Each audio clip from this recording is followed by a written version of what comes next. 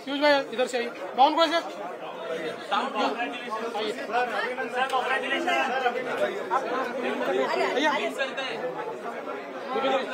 Thank you second thank you. बाउन को से कुठं राहिले बाउन को से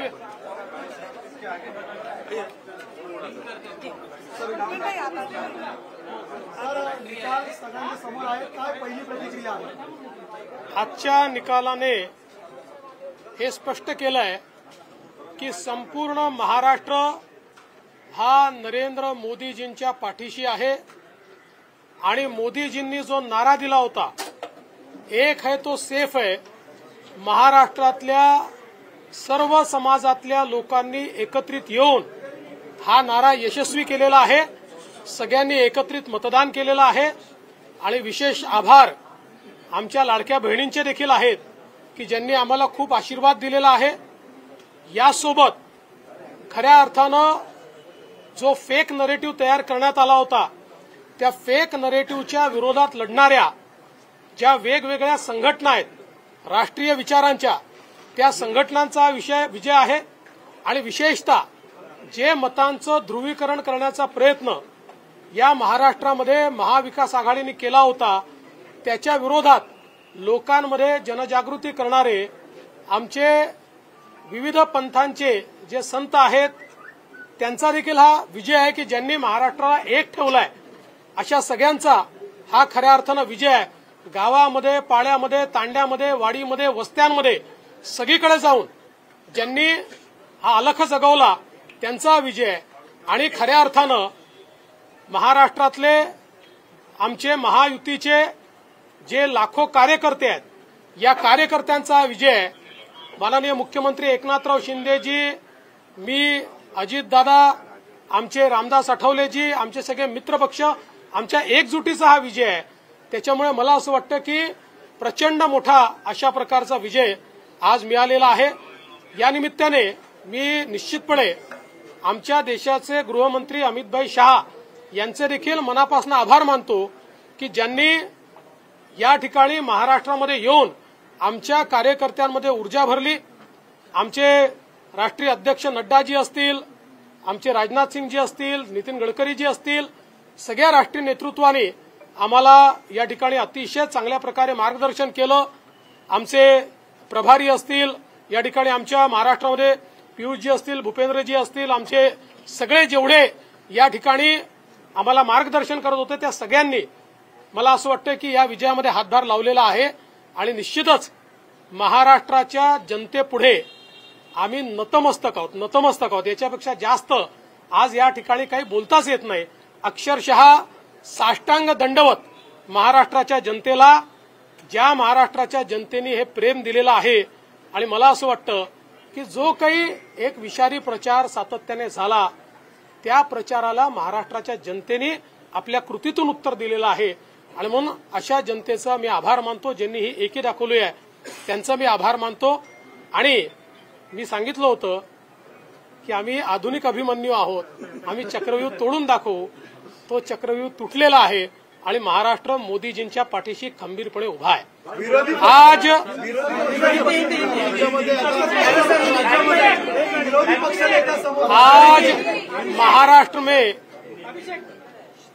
महाराष्ट्र की जनता ने जो अप्रत्याशित इस प्रकार की जीत हमको दी है, इससे ये बात पूरी तरीके से स्थापित होती है कि महाराष्ट्र ये प्रधानमंत्री मोदी जी के पीछे है और मोदी जी ने जो नारा दिया था एक है तो सेफ है, इस नारे को यथार्थ में लाते हुए महाराष्ट्र के सभी समाज के सभी लोगों ने एकता दिखाते हुए महाराष्ट्र में मतदान किया है और इसके कारण ये इतनी अच्छी जीत हमको मिली है।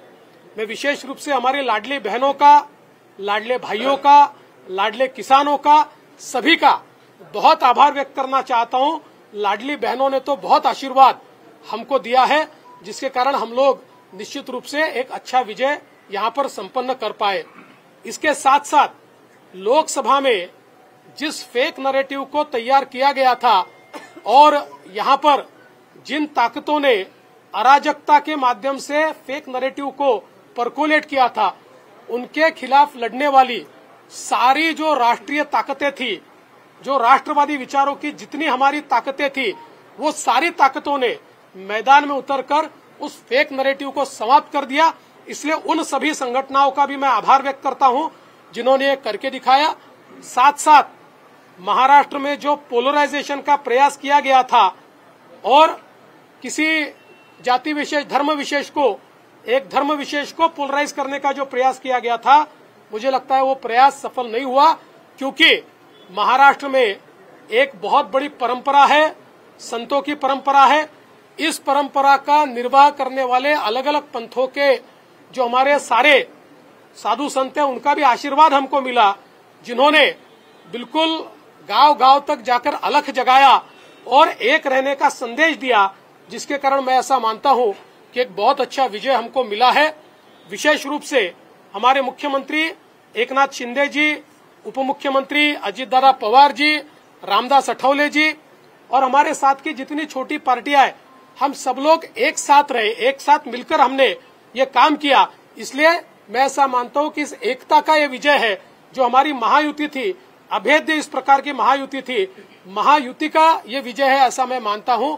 और साथ साथ मैं हमारे प्रधानमंत्री जी का तो आभार व्यक्त करता हूं, उनके कारण ही हमको ये जीत मिली है। लेकिन हमारे देश के गृह मंत्री श्री अमित शाह जी, जिन्होंने महाराष्ट्र में आकर कार्यकर्ताओं में एक ऊर्जा का संचार किया, मैं उनका भी आभार व्यक्त करता हूं। हमारे राष्ट्रीय नेतृत्व, हमारे नड्डा जी है, हमारे राजनाथ जी है, हमारे नितिन गडकरी जी है, इनका भी आभार व्यक्त करता हूं।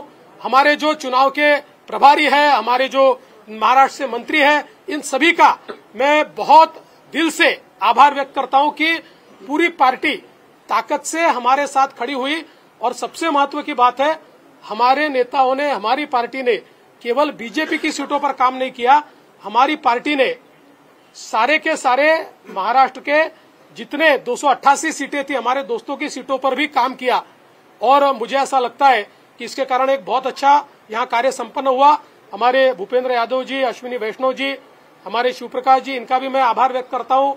हमारे यहाँ पर जो हमारे सारे अलग अलग प्रांतों से भी जिन लोगों ने हमको मदद की, उनका भी मैं आभार व्यक्त करता हूँ। हमारे पीयूष जी का मैं आभार व्यक्त करता हूँ, हमारे शिवराज सिंह चौहान जी का भी मैं आभार व्यक्त करता हूँ। मुझे ऐसा लगता है कि एक प्रकार से सामूहिक रूप से हम लोग जब उतरे, तो ये सामूहिक ताकत एक ऐसी ताकत बनी जिसने दिखा दिया कि महाराष्ट्र ये मोदी जी के ही साथ है।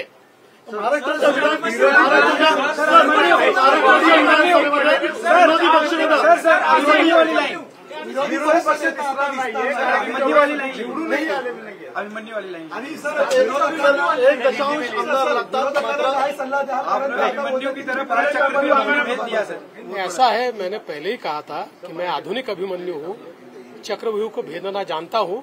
हमने चक्रव्यूह को भेदा है और ये कोई मैं पहले भी कह रहा हूँ, वापस कह रहा हूँ, इस विजय में मेरा बहुत छोटा उसमें मैं समझता हूँ कि सहभाग है।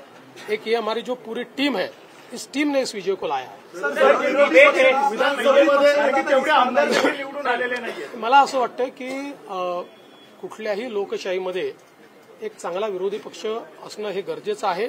त्यामुळे जे काही विरोधी पक्षाचे लोक निवडून आलेले आहेत त्यांचा आम्ही सन्मान करू। त्यांचा आवाज छोटा असो की मोठा असो, ते ज्या योग्य गोष्टी सांगतील त्या योग्य गोष्टींवर आम्ही त्यांना प्रतिसाद देऊ।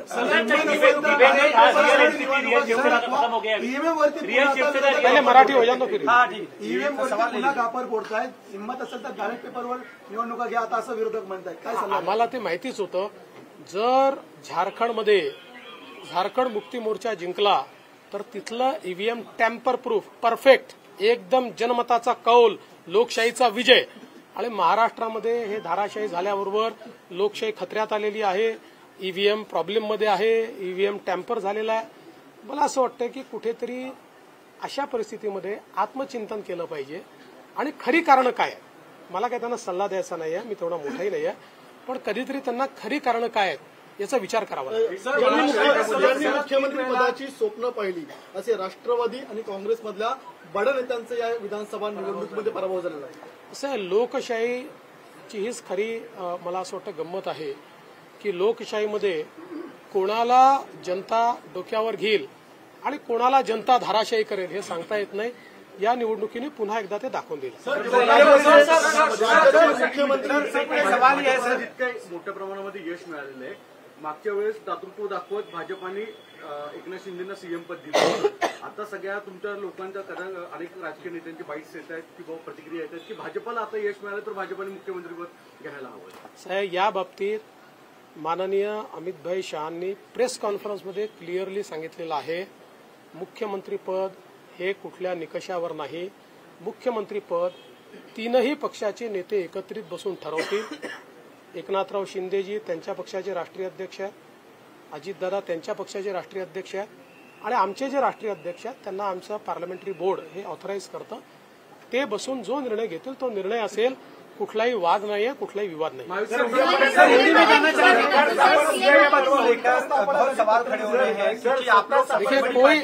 सीएम पद क्या बीजेपी ने खा देना? सीएम पद के ऊपर कोई भी विवाद यहाँ नहीं होने वाला, क्योंकि पहले दिन से ये तय है कि चुनाव जब संपन्न होगा तो चुनाव के बाद तीनों पार्टियां मिलकर इसको तय करेगी. हमारे नेता आदरणीय होम मिनिस्टर साहब ने प्रेस कॉन्फ्रेंस में ये बहुत स्पष्ट शब्दों में बताया है कि चुनाव के बाद तीनों पार्टियां बैठेगी और इसका निर्णय करेगी. अभी मैं ऐसा मानता हूं कि हमारे एकनाथ शिंदे जी उनके पार्टी के अध्यक्ष है, अजित पवार जी उनके पार्टी के अध्यक्ष है और साथ में हमारे पार्टी के जो राष्ट्रीय अध्यक्ष है उनको हमारा पार्लियामेंट्री बोर्ड ऑथराइज करता है. तो ये लोग बैठकर एक उचित निर्णय करेंगे. हमारे वरिष्ठ नेताओं से बातचीत करेंगे, हमारे पार्लियामेंट्री बोर्ड से बातचीत करेंगे. जो निर्णय होगा वो सबको मान्य होगा, इसमें कोई विवाद नहीं.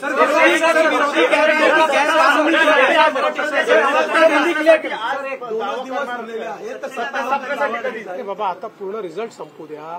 आता मी आणि अजितदादा आता सीएम साहेबांकडे चाललो आहे. आम्ही बसून जरा पुढचा काय कार्यक्रम करायचा तो चॉकआउट करू आणि तुम्हाला नीट सांगू. मुझे ऐसा लगता है कि एक प्रकार से लोगों ने अपना मैंडेट दे दिया. लोगों ने एकनाथ शिंदे जी को रियल शिवसेना के रूप में स्वीकार कर लिया है. बाला साहेब ठाकरे की हिंदू हृदय सम्राट शिवसेना प्रमुख बाला साहेब ठाकरे की जो शिवसेना है उसकी लेजिटिमसी ये एकनाथ शिंदे जी को मिली है और जो मूल एनसीपी है उसकी लेजिटिमसी अजित पवार जी को मिली है.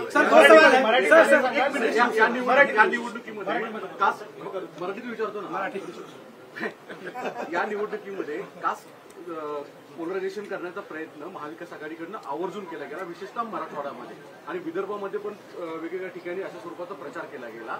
तरी देखील विदर्भ आणि मराठवाडा याच्यामध्ये प्रचंड भाजपाला यश मिळताना दिसतंय. याचं प्रमुख अॅनालिसिस काय? मला असं वाटतं की जेव्हा वारंवार तुम्ही एका व्यक्तीला एका पक्षाला टार्गेट करता त्यावेळी तुम्ही जे टार्गेट करता त्यातली हवा पण निघून जाते आणि त्याची तीव्रताही कमी होते आणि लोकांना त्याचं सत्य समजतं. लोकांच्या मनात त्यानंतर एक प्रकारची सहानुभूती तयार होते. लोकांना लक्षात येतं की चुकीच्या पद्धतीनं टार्गेट केलं जातं. तसंच आम्हाला महाविकास आघाडीने ठरवून या ठिकाणी टार्गेट केलं. पण मला असं वाटतं की हळूहळू लोकांनी लक्षात आलं, कारण आमचा ट्रॅक रेकॉर्ड चांगला आहे. आम्ही नेहमी पॉझिटिव्ह काम केलेलं आहे. त्यामुळे आमचा ट्रॅक रेकॉर्ड पाहून लोकांनी या ठिकाणी मतदान केलं.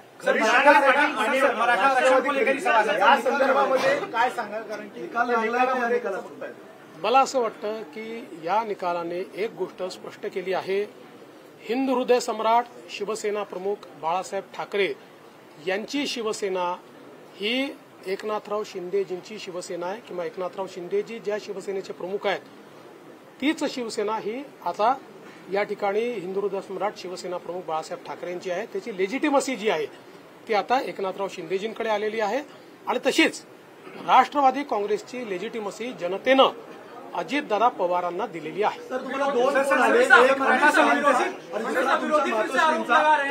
बोलणं झालं आईसोबत आणि अमित शहा. आईचा तर फक्त आशीर्वाद घेतलाय, आईने आशीर्वाद दिलाय आणि अमितभाईंनी खूप आनंद व्यक्त केला आणि अमितभाईंनी या ठिकाणी आमचं अभिनंदन देखील केलं.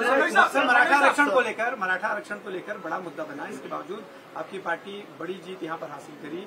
आपके ऊपर चूंकि एक तरह से आरोप हुआ, आपको अभद्र शब्दों में आपके खिलाफ जो है आलोचना करी गई, क्या ये उस वजह से मराठा आरक्षण का जो एक आंदोलन था वो फेल हुआ और जो मैंडेट था वो अब कहीं न कहीं आप लोगों को फेवर में? देखिए, मैंने इससे पहले भी कहा था कि लोकसभा के चुनाव में हमको 43.6% मिले थे, उनको 43.9% मिले थे।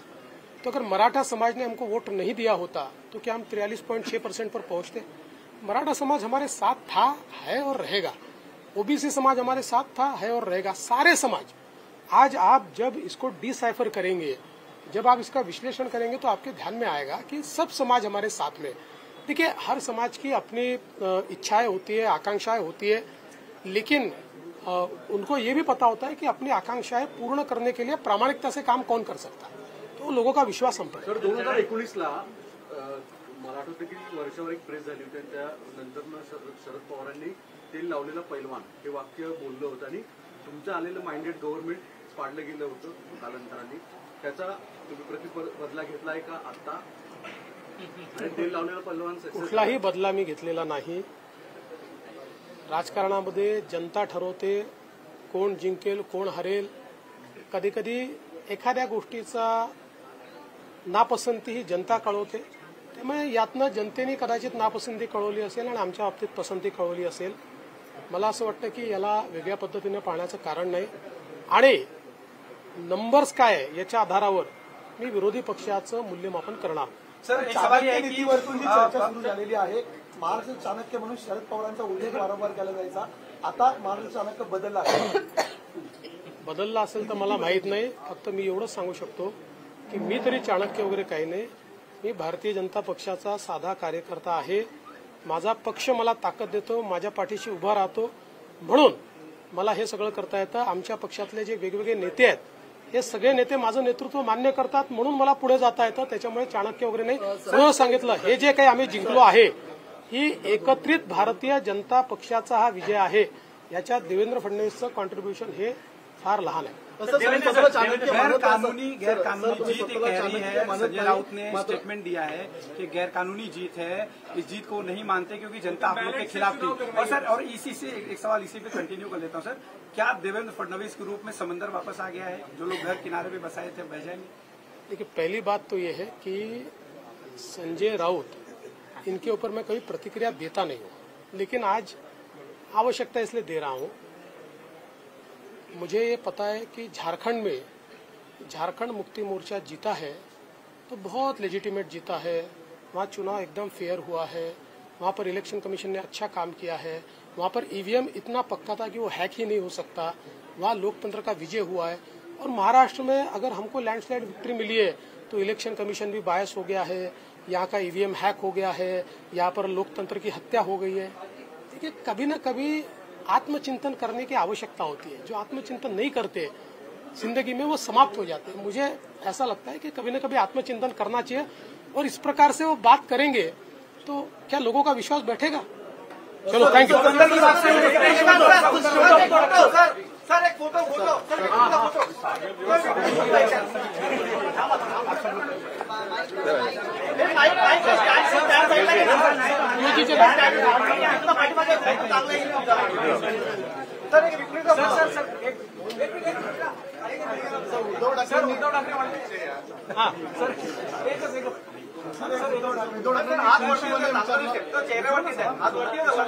असं